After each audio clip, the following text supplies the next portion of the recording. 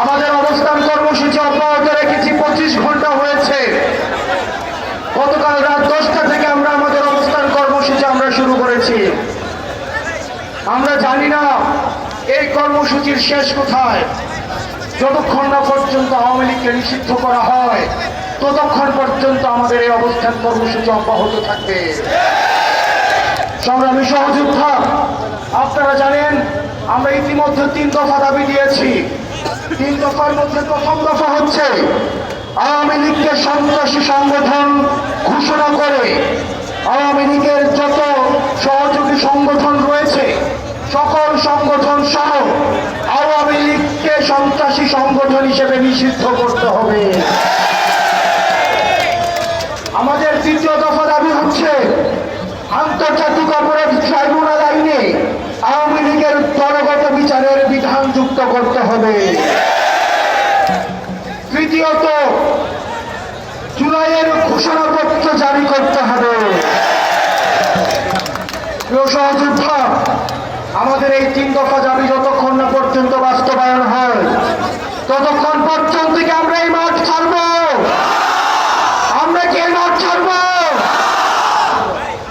আমি আগামীকালের কর্মসূচি ঘোষণা করছি।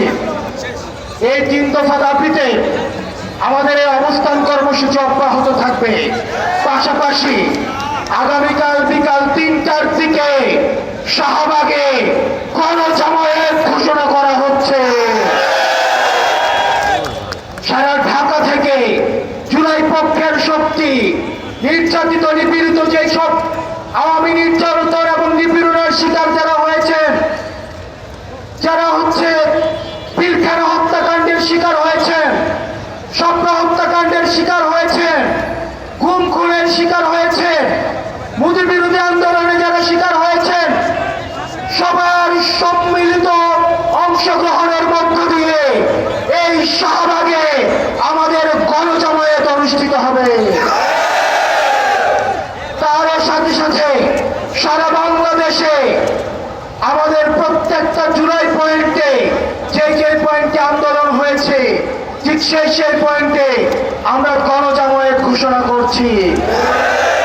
প্রিয় সহযোদ্ধা, যতক্ষণ না পর্যন্ত এই লড়াই বাংলাদেশপন্থী এবং ফ্যাসিবাদপন্থীদের লড়াই, যারা দীর্ঘ 1.5 দশকেরও বেশি সময় ধরে বাংলাদেশকে বর্গা দিয়ে আমাদেরকে শাসন করেছে, তাদের বিরুদ্ধে আমাদের লড়াই।